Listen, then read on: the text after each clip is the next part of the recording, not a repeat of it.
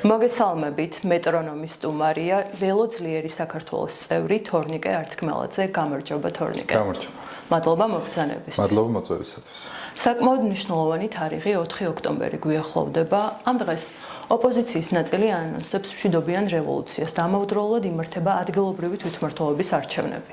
საპარლამენტო არჩევნების შემდეგ, რომლის ლეგიტიმურობასაც დასავლეთიც არ ცნობს, ამ პროცესს ბოიკოტს უცხადებს რამდენიმე ოპოზიციური პარტია. თუმცა ნაწილისთვის ეს არის შესაძლებლობა, რომ გააგრძელონ ბრძოლა და ოპოზიციის ნაწილს ჯერა, რომ ბრძოლა უნდა გააგრძელდეს ინსტიტუციური გზით. მათ შორის არის ლელო ძლიერი საქართველოც და დღეს ერთად განვიხილავთ თუ რატომ იღებთ არჩევნებში მონაწილეობას, რა მოლოდინი გაქვთ და რა სტრატეგიით შედის პარტია არჩევნებში. და ამავდროულად გვაინტერესებს რა გავლენა ექნება პარალელურ პოლიტიკურ პროცესებს არჩევნების შედეგებზე. პირველ რიგში მაინტერესებს იგივე ადმინისტრაციის პირობებში თქვენ რატომ მიიღეთ ეს გადაწყვეტილება, რა არის პარტიის მიზანი?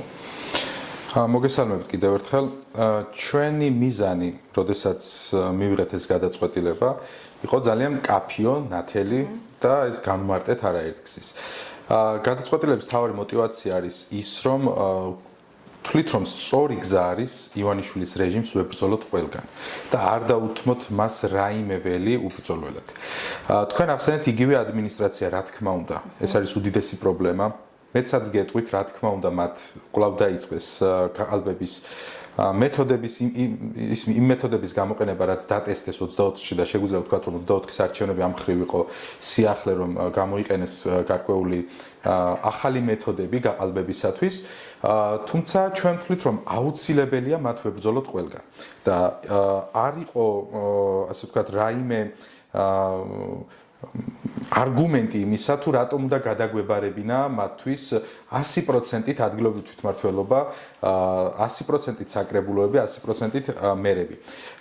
რაც შეეხება ასევე არჩევნების თემას, არ გქონია ჩვენ ამ ქვეყანაში სამწუხაროდ არასდროს, რომ ყოფილიყო კარგი არჩევნები. თუმცა ეს არ აძლევს ოპოზიციას იმის უფლებას, რომ ფარხმალი დაყაროს და თქვას, რომ მოდი მე აქ აღარ ვიბრძვი. რა თქმა უნდა, გაყალბება იქნება, იყო და სამწუხაროდ არ გვაქვს მოლოდინი, რომ უახლოეს პერიოდში მithumedes ივანიშვილის რეჟიმის პირობებში ისინი შეიქმნიან დემოკრატები გახდებიან. არა თუ თვლით ეს დაწყებული აქვს და გაყალბება ჩვენ არ უნდა გვესწოდეს, რომ არის მხოლოდ არჩევნების დღეს. არჩევნები ყალბდება წინა პერიოდში, რა თქმა უნდა. რა თქმა უნდა. დაშინება. კი, იგივე პირადობების ჩამორთმევა, რაც შაშან იყო მასიურად. იგივე ხდება. თუმცა მეორე მხარეს რა არის? როდესაც ვამბობთ, რომ ჩვენ არ მოვდივართ ამ ბრძოლის ველზე და გითმობ 100%-ს.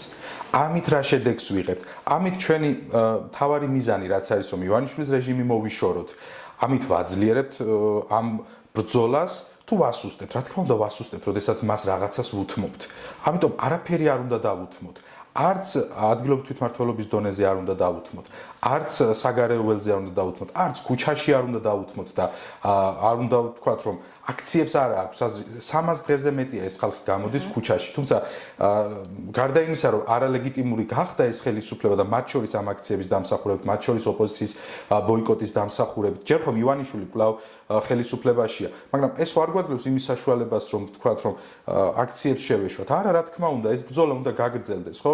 კი 24-ის არჩევნები გაყალბდა, თუმცა არ უნდა ვთქვათ, რომ რახან წინა გაყალბდა, ეხა დავუთმოთ ყველაფერი უბრძოლელად. 21-ში არ გაყალბდა, 20-ში არ გაყალბდა, 2018 წელს არ გაყალბდა უპრეცედენტო მოსყიდვა, რომ ჩაიდინა ქართულმა ოცნებამ და 600,000 ამომრჩეველი მოისყიდა წინა პირველ და მეორე ტურს შორის. ამიტომ ჩვენ რომ ვთქვათ, რომ იცი რა არჩევნებში არ მივიღებთ მონაწილეობას, სანამ არ იქნება აქ იდეალური საარჩევნო გარემო, ეს არის უდიდესი შეცდომა. და ამით ისევ დაზიანდება მთავარი ბრძოლა, რაც არის, რომ ივანიშვილი უნდა მოვაშოროთ ამ ქვეყნის ხელისუფლებას. ეს იყო ჩვენი მთავარი მიზანი. ასევე ის არგუმენტები ალბათ გვექნება ამაზეც საუბარი, რასაც ბოიკოტისტები ამბობდნენ, თითქოს ლეგიტიმაციას მიანიჭებს, ეს არის სრული აბსურდი. ეს არის სრული აბსურდი და ეს უნდა გვესმოდეს. სამწუხაროდ ამ სიტყვას ლეგიტიმაციას ისე იყენებენ კოლეგები ან ადამიანთა გარკვეული წრეები, რომ ჩემი აზრით არ აქვს სულად გააზრებული თუ რა არის ეს ლეგიტიმაცია, ხო? როგორ შეიძლება წლევანდელმა არჩევნებმა მიანიჭოს? ქართულმა ოცნებამ რომ ჩაატაროს არჩევნები შედარებით დემოკრატიულ პირობებში, განსხვავებით 2024 წლიდან. ეს ხომ არ დაეხმარება მას, რომ ლეგიტიმაცია მაინც აი მოჩვენებითად მაინც მოიპოვოთ და ნახონ დასავლეთს, რომ მათ შეუძლიათ დემოკრატიული არჩევნების არჩევნების ჩატარება? მოდი მაშინ ასე ვთქვათ. ეს კითხვა მინდა ორ ნაწილად გავყოთ. ახლა პირველი ნაწილი არის თუ როგორი არჩევნები შეიძლება ჩაატაროს ქართულმა ოცნებამ. ერთი წუთი წარმოვიდგინოთ, რომ ჩვენ და გახარიამ თქვით უარი არჩევნებში შესვლაზე. აი აქ ხო მარტივია როგორ არჩევნებს ჩაატარებდა ივანიშვილი იდეალურს. იდეალურთან მიახლოებელს. იმიტომ რომ არაფერი აღარ დასჭირდებოდა. პარტიული გამოვიდოდა თითქმის. იცით რა, ერთპარტიული ჯერ ერთი არ გამოვიდოდა, ჩვენს გარდა რამდენიმე პარტია. მე რომ დასავლეთ ამას უყურებს ძალიან მარტივად. ქონდა ჩვენ შესაძლებლობა შევსულიყავით არჩევნებში, თუ კი ქონდა ეს შესაძლებლობა და არ გამოვიყენეთ, ეს უკვე კონკურენტუნარიანობას აღარ უტყავს. და ამაზე ივანიშვილის რეჟიმი ძალიან მარტივად უპასუხებდა. იცით რა, ჩვენ შევთავაზეთ მათ, ქონდა სისტემა, შეეძლოთ არჩევნებში მონაწილეობა და ისინი ისე სუსტები არიან, ვერ შემოვიდნენ ამ ბრძოლის ველზე. და ჩაატარებდნენ მართლა იდეალურ არჩევნებს და აი ეგ ნამდვილად დაარტყავდა შემდეგ საერთო ბრძოლას, ანუ გულისხმობ იმას, რომ იტყოდნენ, იცი რა, მე აქ იდეალურ არჩევნებს ჩავატარ როგორც 24-ში, ანუ გულისხმობ ამ კუთხით დაარტყავდა, რომ იტყოდა, რომ 24-ში ესეთი კარგი არჩევნები ჩავატარე. მაგრამ ახლა დასჭირდება გაყალბების ის მასშტაბი ქართულ ოცნებას. ჩემი აზრით დასჭირდება და ამას ხედავ, რომ უკვე დაწყებული აქვს. არიღებს მონაწილეობას შესაბამისად ამომრჩეველიც ბევრი არაპირებს სავარაუდოდ. ვერ დაგეთანხმებთ, რომ ბევრი არაპირებს მისვლას ამ ნაწილში ვერ დაგეთანხმებთ. თქვენ იმ პარტიების ამომრჩეველის მისვლის იმედიც გაქვთ არჩევნებზე. რა თქმა უნდა, უნდა გვესმოდეს, რომ არ არიან ადამიანები რაღაც მიბმულნი პარტიებზე. ადამიანები ჩვენ ესე ვხედავთ ჩვენს ამომრჩეველს, რომ თავისუფალი ადამიანები არიან და თვითონ მიიღებენ ამ გადაწყვეტილებას თუ რას ჯობს სახლში ჯდომა და ტელევიზორის ყურება.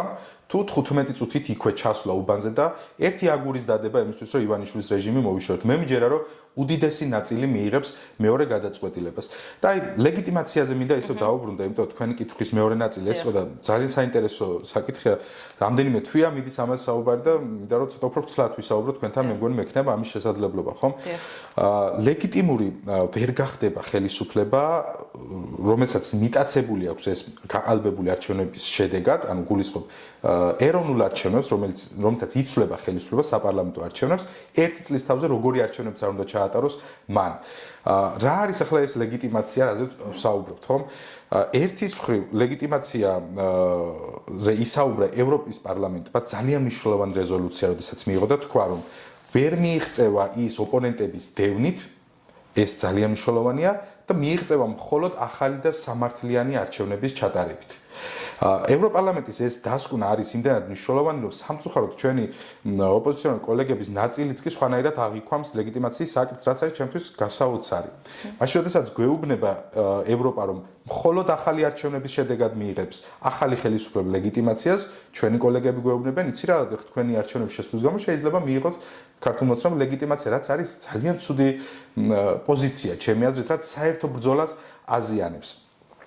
ეს ხელისუფლება იქნება არალეგიტიმური მანამ, სანამ ქვეყნის შიგნით და გარეთ ამაზე შევთანხმდებით. ანუ ჩვენ ხო უნდა მივხვდეთ, რომ ეს არალეგიტიმაცია არის პოლიტიკური აქტი. იმიტომ რომ ჩვენ თუ ვთვლით, რომ ეს ხელისუფლება არის სამართლებრივად არალეგიტიმური, მაშინ არც მის მიღებულ კანონებს არ უნდა ვასრულებდეთ, ხომ? აი მაგალითად ვხედავთ, რომ ადამიანები, რომლებიც აქტიურად არიან პროტესტში ჩართულები, იხდიან 5,000 ლარს, იმიტომ რომ სხვა დიდი სანქცია მოყვება ამას და ზოგი ქონებას დაკარგავს, ზოგი ბიზნესს შემოსავს და დაუყადაღდება, ხო? ანუ სამართლებრივ ლეგიტიმაციას ამ ხელისუფლებს, რასაც ქვია დე-ფაქტო ხელისუფლება. ანუ ამ ხელისუფლებას შეგვიძლია ვთქვათ, რომ ფაქტობრივად ისინი არიან ხელისუფლებაში, სამართლებრივად მათ არ ექმნებათ პრობლემა, ანუ ყავთ ეგრეთ წოდებული პარლამენტი, რომელიც იღებს კანონებს, რომელსაც ასრულებს მათ შორის ყველაზე კრიტიკულად განწყობილი ადამიანები, ხო? აი ტელევიზიების მაგალითი ავიღოთ. უმრავლესი გადაცემები იხსნება ტექსტით, რომ ეს არის საავტორო გადაცემა. რატომ? იმიტომ რომ ამ პარლამენტმა მიიღო კანონი, რომლის მიხედვითაც თუ ასე არ გაიხსნება გადაცემა და იქ ჟურნალისტი თავის პოზიციას იტყვის, შესაძლოა ეს ტელევიზია დაჯარიმდეს. ანუ სამართლებრივად ამ ხელისუფლების ლეგიტიმურობის ნაწილი გასაგებია. მეორე ნაწილია პოლიტიკური. აი მე რომ ვთვლი, რომ ეს ხელისუფლება არის არალეგიტიმურად, რადგან გაყალბდა 24 წლის არჩევნები. თქვენც ალბათ თვლით, საზოგადოებაც ასე თვლის და საგარეო ჩვენი პარტნიორებიც ასე თვლიან, ეს ხელისუფლება ამიტომ იქნება არალეგიტიმური მანამ, სანამ ჩვენ ამას მივიჩნევთ ამგვარად და არავით არ იქ რაღაც დაზიანებისთვის არჩევნებში შესვლა ან დამარცხებისთვის შესვლა ამ ხელისუფლებას ვერანაირად ვერ აქცევს ლეგიტიმურად. გასაგებია, თქვენ რა მოლოდინი გაქვთ ამ არჩევნებისგან? ანუ გჯერათ რომ გაიმარჯვებთ, რამდენიმე მუნიციპალიტეტში არ ყავთ მერობის კანდიდატი, არც თქვენ, არც პარტია გახარია საქართველოსთვის წარმომადგენლებს, მაგრამ ყავთ ბევრ მუნიციპალიტეტში მერობის კანდიდატი და რა მოლოდინი გაქვთ ამ არჩევნებისგან, როგორ ფიქრობთ, ან მოგცემთ თუ არა ქართული ოცნება ამ გამარჯვების გაფორმების შესაძლებლობას? ხო, აი ეს საკითხით ძალიან კარგი კითხვა რაც თქვენ დასვით, რომ ყველგან არ აქვს კანდიდატი. მოდი 21 წლის მაჩვენებელსაც გადავხედოთ და არც 21 წელს არ ყავდა ყველას ყველგან კანდიდატი მიუხედავად იმისა, რომ მნიშვნელოვანი არჩევნები იყო. ადგილობრივ თვითმმართველობის არჩევნები არის სპეციფიკური იმ კუთხითაც, რომ ეს არის 64 დამოუკიდებელი არჩევნები. როდესაც პოლიტიკური პარტიები ასეთი წნეხის ქვეშ არიან, რა თქმა უნდა, ყველანაირი ზეწოლის ქვეშ ვართ, ხო, ხელისუფლების მხრიდან, რომელსაც გამოცლილი აქვს ხალხის ბოლოს ნახეთ რამდენიმე მოხსნა კანდიდატი. მაგაზეც გადავალ უნდა გვესმოდეს რომ ამ 64 მუნიციპალიტეტში უნდა განაწილდეს ადამიანური რესურსი იმგვარად რომ მაქსიმალურ შედეგს მივაღწიოთ და კანდიდატისთვის არ უნდა დავაყენოთ. რაც შეეხება იმ ნაწილს რომ რამდენიმე მოხსნა ეს არ არის ახალი. და ამაზე მქონდა ცოტა ხნის წინათ საუბარი რომ ეს არ არის ახალი იმ კუთხით რომ თქვენ გახსოვთ 21 წლის არჩევნების შედეგები, როდესაც ბათუმში წააგო ქართულმა ოცნებამ რა დღეში გაატარეს ერთ-ერთი ადამიანი, რომელიც სამწუხაროდ გარდაიცვალა კიდეც შემდეგ, ხო? ანუ ეს ზეწოლის დაშინების მოსყიდვის, ჯერ იწყებენ მოსყიდვით, შემდეგ დაშინებით. ეს კამპანია სამწუხაროდ ამ ხელისუფლების ხელწერაა და რამდენიმე შემთხვევაში ეს მოახერხეს კიდეც ჩვენ კანდიდატების შემთხვევაში სულ არის 4 თუ 5 შემთხვევა ესეთი და ჯამში ყავს 1000-ზე მეტი კანდიდატი, ანუ მასშტაბი რო გვესმოდეს, რაღაც ეს ზაგორდა რო ხო, რამდენიმე მათგანზე მოხდა ეს ან მოსყიდვა, ან დაშინება, ან ორივე ერთად და ასე შემდეგ. ამიტომ ესეც არის ის მანკიერი პრაქტიკა, რომელიც უნდა დავასრულოთ მას შემდეგ, რაც ამ ხელისუფლებას გავისტუმრებთ მმართველობიდან. თქვენ რა მოლოდინი გაქვთ, ანუ გამარჯვების გჭერათ? ჩვენ გვაქვს, ნახეთ, ამ არჩევნებში შესვლის მიზანიც რა იყო, რომ ან დავაზიანოთ, ან დავამარცხოთ ქართული ოცნება. დავაზიანოთ იქ, სადაც იქნება შესაძლებელი, დავამარცხოთ იქ, სადაც ეს იქნება შესაძლებელი. ანუ დაუზიანებლად ისინი არ გამოუშვათ ამ პროცესიდან. თუ არ შევიდოდით 100%-ით დაუზიანებლად გამოდიოდნენ. ეხლა რა მოლოდინი გვაქვს, ხო? მარტივად არჩევნები ბოლოს დადის რიცხვებამდე, ხო? მარტივად ვთქვათ, რა შედეგი იყო 2024 წელს, რომელსაც კიდევ ერთხელ ვიტყვი, რომ ტოტალურად გაყალბდა და ამაზე ვიტყვით, თუ შეიძლება, რას გულისხმობს, როცა ტოტალურად გაყალბდა და ხელისუფლება რატო არის ჩვენი აზრით მიტაცებული. არჩევნების მთავარი პრინციპი იქნა დარღვეული ფარულობა. სულ რომ იმდენ ადამიანს და არ ყოფილიყო ვთქვათ პირადობებით манипуляცია და ასე შემდეგ. ფუნდამენტური პრინციპი დაირღვა არჩევნების ფარულობის. ამიტომ არის 24 წლის არჩევნები არჩევნების შედეგად არჩეული პარლამენტი და მთავრობა არალეგიტიმური ჩემი აზრით. ხოლო დღევანდელი შედეგით რაც შეეხება მიუხედავად იმისა, რომ 24-ში ეს პრობლემები იყო, ესე დაირღვა პრინციპები, თბილისი ოპოზიცია მოიგო. და სამწუხაროდ ეს ვერ გაიაზრა ძალიან დიდმა ნაწილმა ჩემი კოლეგებისა, რომ რაღაც გვაქვს ძალიან მნიშვნელოვანი მოგებული, ანუ ამას გულისხმობ, რომ დედაქალაქი გვაქვს მოგებული 12-13% დაახლოებით მიუხედავად იმ გაყალბებისა, ეს ოქმი შედგა. ჩვენ დიდი ქალაქებიც მოიგო. რა თქმა უნდა, კი, ყველა დიდი ქალაქი, მაგრამ თბილისი განსაკუთრებით და რატო საუბრობ ამ 12 და 13%-ზე? ბოლო კვლევების მიხედვით 25-დან 23%-მდეა დაცემული ქართული ოცნების რეიტინგი თბილისში და 70% პროდასავლური ოპოზიციური პარტიების და დანარჩენი მოგეხსენებათ მცირე პარტიების. არ შეიძლება თითქმის სამჯერ დიდი უპირატესობა მართლ ძალას გადააბარო და ჩვენ შევდივართ ამ არჩევნებში სწორედ იმ რწმენით, რომ ეს ოპოზიციურად განწყობილი ქალაქი და მოსახლეობა მისი დაინახავს ამ ჩვენს ბრძოლას, ამ უთანასწორო ბრძოლას. კი, შევდივართ იმ ბრძოლაში, სადაც უდიდესი რესურსი აქვს ქართულ ოცნებას, როგორც ფინანსური, ასევე ადამიანური, ასევე ადმინისტრაციული რესურსი, ძალოვნები და ყველაფერი, რაც შეიძლება გქონდეს ხელისუფლებას აქვს, თუმცა ამის მიუხედავად ვერ მოახერხა მან, რომ 1 წლის წინ მოეგო ეს ქალაქი. ამიტომ ჩვენ შევდივართ იმ რწმენით, რომ დღესაც ეს ხალხი კვლავ დაუდგება ოპოზიციას გვერდით და არ დაიზარებს იმას, რომ 15 წუთით ჩავიდეს საარჩევნო უბნებთან და ძალიან კარგ კანდიდატს, რომელიც ყავს ჩვენ თბილისში მერობის კანდიდატად, ირაკლი კუპრაძეს დაუჭიროს მხარი და დაუჭიროს იმ პროგრამას, რომელიც არის ასევე ძალიან მნიშვნელოვანი. ხო, რაზე ვსაუბრობთ? 10000 ავარიულ სახლზე, რომელიც კატასტროფა ხდება ამ ქალაქში, ხო? ნახეთ, ღმერთმა დაგვიფაროს და პასუხისმგებლობა სულ ირიდებს მერია. ეს ქალაქი არის სეისმურად აქტიური. ღმერთმა დაგვიფაროს, რომ მცირე მიწისძვრა მაინც იყოს. 10000 სახლი, რომელშიც 100,000-ობით ადამიანი ცხოვრობს, შესაძლოა იქცეს ტრაგედიების ადგილად და ეს როგორ შეიძლება არ გქონდეს გააზრებული ხელისუფლებას, რომელიც 3 წლის წინაც გვეუბნებოდა 4 წლის წინ უბრალოდ რომ 10,000 ავარიული სახლია და რიცხვი არ შეუმცირებია. ხო? აი ხედავთ რომ ამ ქალაქშიც მაგალითად პენსიონერებს არ აქვს დომა იაფ მედიკამენტებთან, ხო? ეს ხომ არის უდიდესი ტრაგედია, რომ დამსახურებულ ადამიანებს არ აქვს ელემენტარული წნევის წამლის ყიდვის შესაძლებლობა. ჩვენ ასევე გვაქვს ძალიან მნიშვნელოვანი შეთავაზება ამ ქალაქის და მთელი ქვეყნის მოსახლეობისთვის, რაც დაიწყეთ წალენჯიხაში, ეს იყო უფასო კვება. და უფასო კვება ეს არ არის რაღაც ფუფუნების საგანი სკოლებში გულისხმობთ, რა თქმა უნდა. განათლება ეს არის ადამიანის ფუნდამენტური უფლება და შეუძლებელია ვთქვათ, რომ ბავშვი მიიღებს სრულფასოვან განათლებას, თუ მას სკოლაში შეა და ასეთი ბავშვები სამწუხაროდ არიან 10,000-ობით და ეს ძალიან კარგად იციან მასწავლებლებმა, რომლებიც წერენ, რომ იცი რა, ნამდვილად ეგრეა და იყო შემთხვევები, როდესაც ბავშვს გული შეუწყდა შემშილისაგან და ასე შემდეგ, ხო? ეს არის კონკრეტული საჭიროებები, რაც ამ ქალაქის და ამ ქვეყნის მოსახლეობას აწუხებს და ჩვენ ამ საკითხებზეც უნდა ვისაუბროთ ძალიან ბევრი და ჩემი აზრით ეს იყო უდიდესი შეცდომა ოპოზიციის, როდესაც ეს სოციალური საკითხები რაღაცნაირად გვერდზე გაწია ჩემმა კოლეგებმა და იცი რომ მხოლოდ საგარეო კურსი, უმნიშვნელოვანესია საგარეო კურსი, თუმცა არ შეიძლება დავივიწყოთ ეს სოციალური საკითხებიც. ან გასაგებია, ოპოზიციური განწყობა მოსახლეობაში არსებობს. ისინი 2024 წლის საპარლამენტო არჩევნების შემდეგ არ შეცვალა მათი პოზიცია, მაგრამ დობა ბევრს გაუქრა არჩევნების პროცესისადმი და თქვენ როგორ ფიქრობთ? ანუ გქონდათ შეხვედრები მოსახლეობასთან და აქვთ თუ არა მათ ნდობა არჩევნებისადმი და როგორ აპირებთ რომ დაიცვათ მათი ხმები? ნახეთ, ერთ-ერთი მთავარი პრობლემა, რასაც ამ ბოიკოტს 2024 წლის არჩევნებმა დაგვანახა, რომ ჩვენი ხმები დაცული არ არის.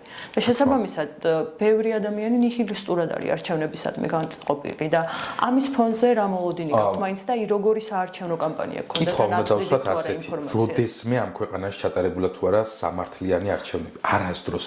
ხო, მაგრამ მიუხედავად იმისა, როდესაც აი ბოიკოტში არის ოპოზიცია და ხედავთ პარტიას მხოლოდ ერთს პარლამენტში, იცით რა, ჯერ დავუბრუნდით ისევ არჩევნების საკითხს, რახან ეს საკითხი ისევ გაინტერესებს, ხო? 2012 წლის არჩევნები თავისუფალი და სამართლიანი იყო? ძალიან შორს იყო თავისუფალი და სამართლიანობისგან, მაგრამ ხელისუფლება შეიცვალა. იცით რა, ამაზე შეგვიძლია ვიკამათ, უბრალოდ მართლა 13 წელი გავიდა და არ მინდა მიბრუნებოდ, თუმცა საარჩევნო უბნებზე სპეცრაზმი 2012 წელს ვნახეთ ჩვენ, იმის შემდეგ აღარ გვინახავს ამ სპეცრაზმის შეყვანილი საარჩევნო უბნებზე. აი ესეთი არჩევნები ჩატარდა 2012 წელს და ასეთი არჩევნების მიუხედავად შეიცვალა ხელისუფლება. აქ არის რამდენიმე სხვა მნიშვნელოვანი ფაქტორი. პირველი ეს არის ადამიანთა მასობრივი მხარდაჭერა ოპოზიციისადმი.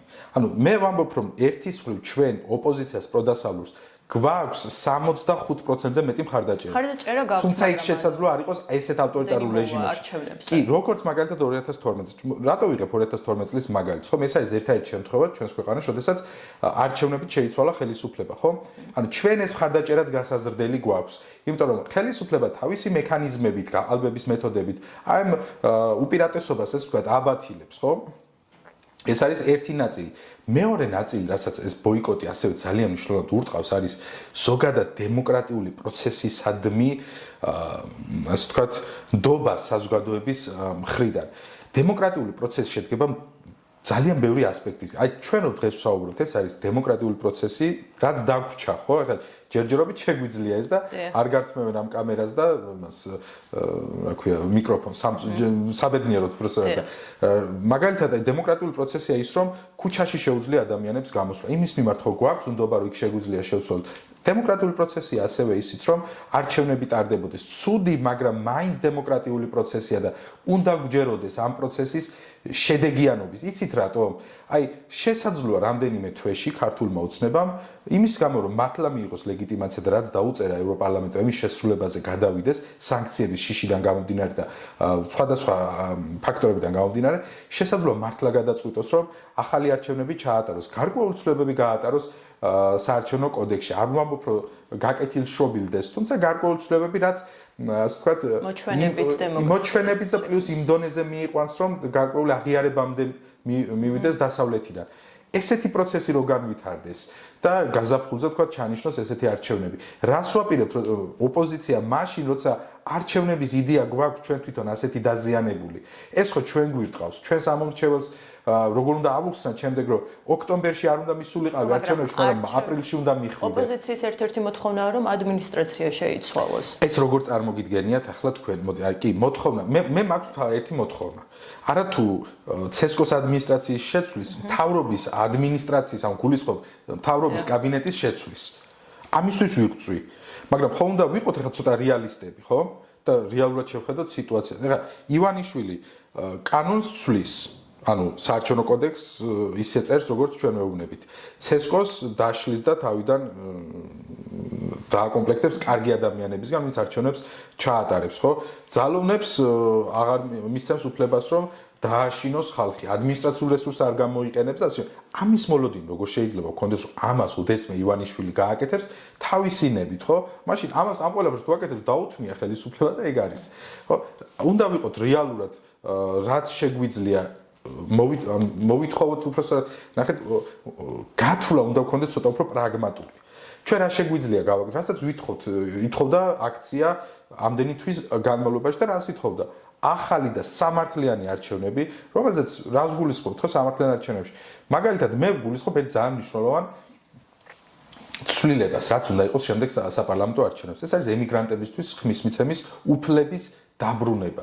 იმიტომ რომ მოლდოვის არჩევნებმა დაგვანახა რა მნიშვნელობა აქვს. ეს არის ძალიან სწორი მოთხოვნა. ჩვენ თუ კონცენტრირდებით მაგალითად ამ მოთხოვნაზე, შეგვიძლია მხოლოდ ამ საკითხით მართლა დავამარცხოთ ქართული ოცნება.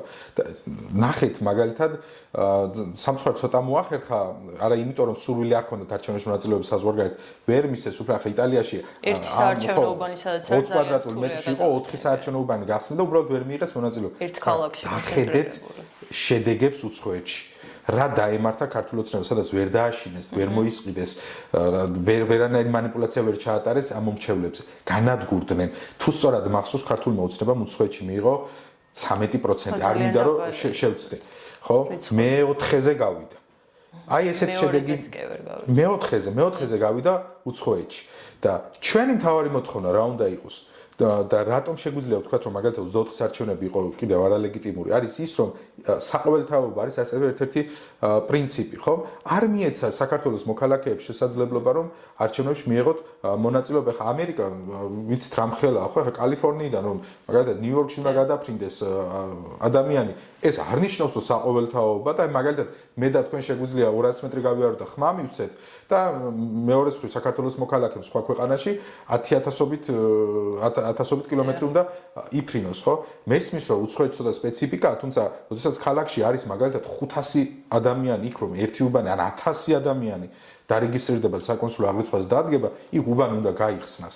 და ჩვენ თუ ამას მივაღწევთ, მოლდოვის მაგალითად სწორედ ამას გვიჩვენებს, ხო?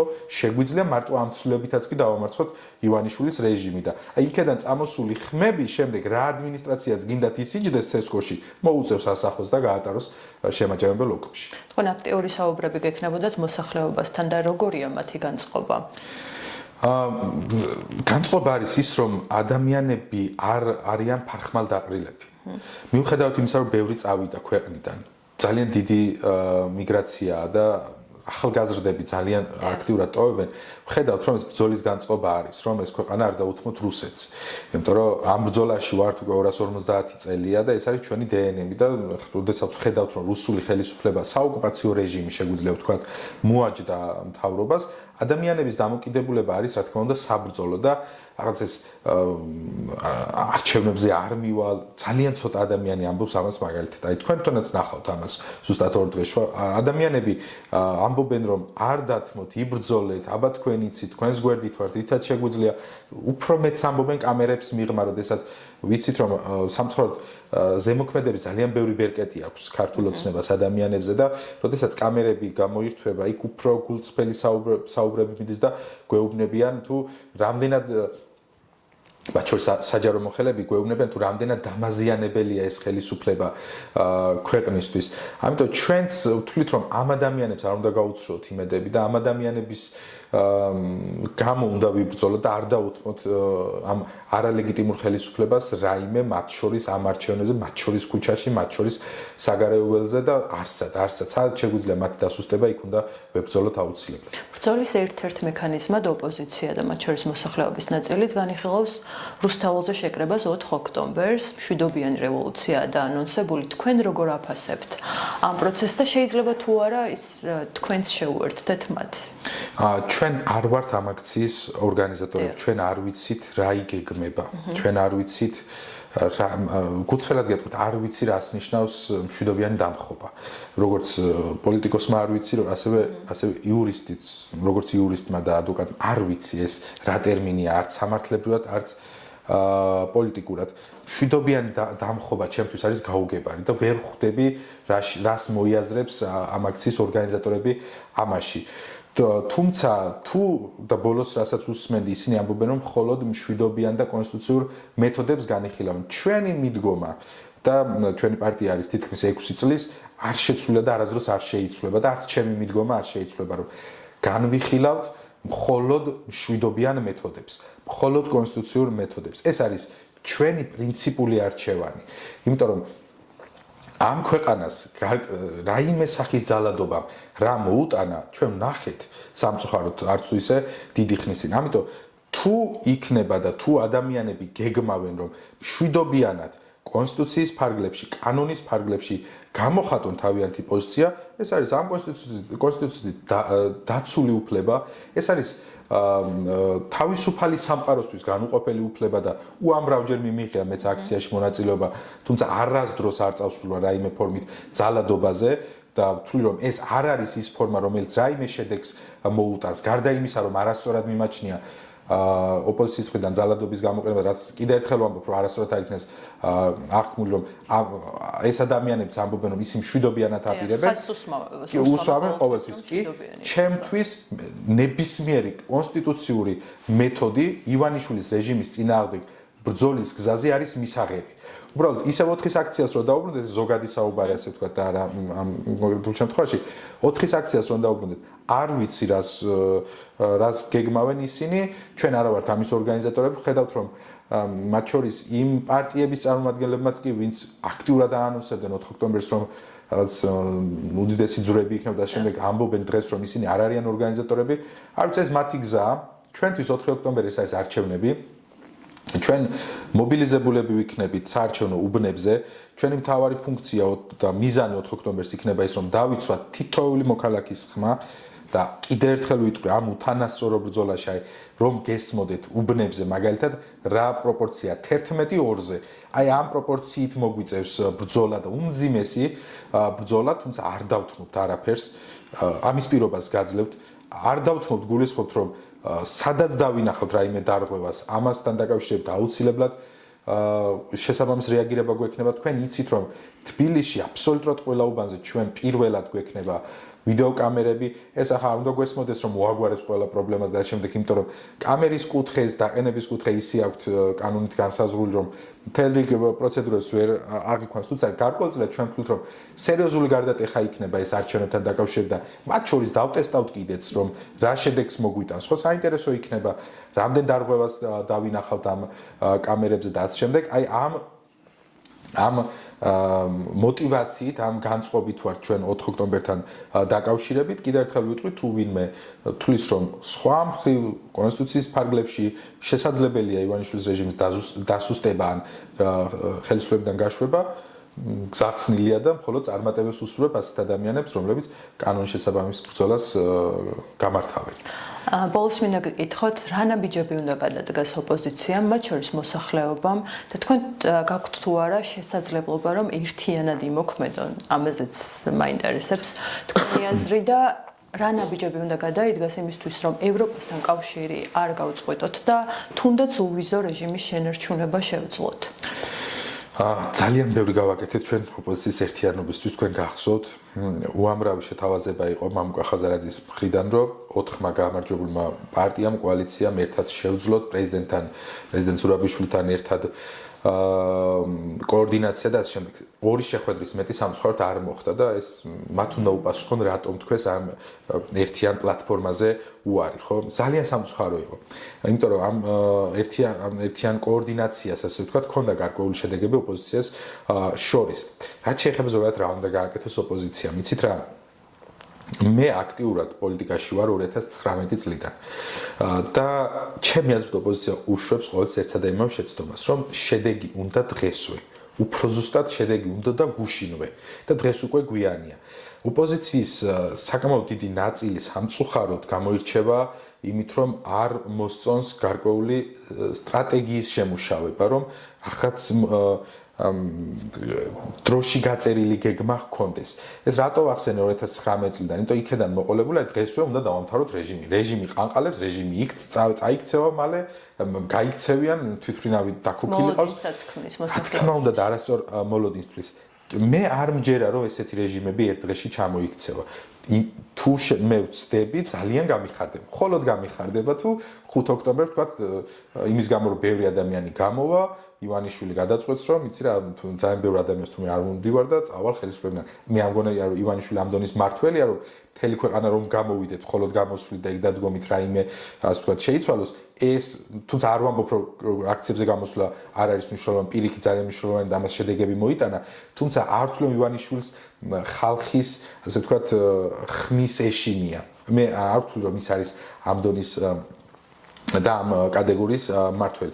ისევ რომ დაუბრუნდეთ თუ რა უნდა გავაკეთოთ, ჩვენ უნდა ასე ვთქვათ საცეცები წავაჭრათ ამ ხელისუფლებას და რას გულისხმობ, რომ სადაც შევძლებთ რომ მისი ძალაუფლება შევბოჭოთ, შევამციროთ, იქ უნდა ვებრძოლოთ მას. აი ეს იყო ახლა უფრო გასაგები ხდება ალბათ ჩვენი მოტივაცია არჩევნებს შესვლასთან დაკავშირებით. აი და ზოგჯერ ხუმრობითაც ამბობენ, უბრალოდ ირონიულადაც ამბობენ, რომ აი სადღაც 3 ადგილისთვის აკრებულოში, არ ვიცი სიტყვაზე, ჩხოროწყუ 3 ადგილისთვის იბრძვიან. იცი რა, როცა სადღაც არის 20 ადგილი და 20-ვე ქოცის ნაცვლად შესაძლოა იყოს 17 ქოცი, კი ჩვენ უნდა ავირჩიოთ, რომ ყველანაირი გავაკეთოთ, რომ ის 3 მაინც წავართვათ.